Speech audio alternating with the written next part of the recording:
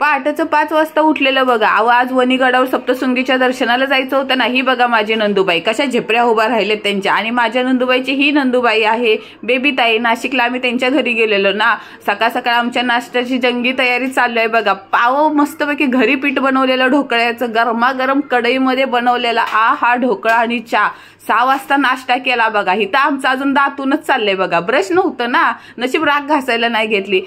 Baby ताईंची मुलगी तिची शाळेत जायची घाई, तिने नव्हती सुट्टी काढली. व्हॅन येऊन उभं राहिलेली होती. काय सकाळचं वातावरण आहे नाशिकचं बाबा. तर असं धुकं जमा झालेलं, थंडी लय भारी. एकदम झागूर मागूर तयार झालं बघा. हळदी कुंकवाचा कार्यक्रम घरीच पार पाडला 4-5 जणींना. आता चाललोय देवाला, तर हळदी कुंकू तर लावलं पाहिजे ना.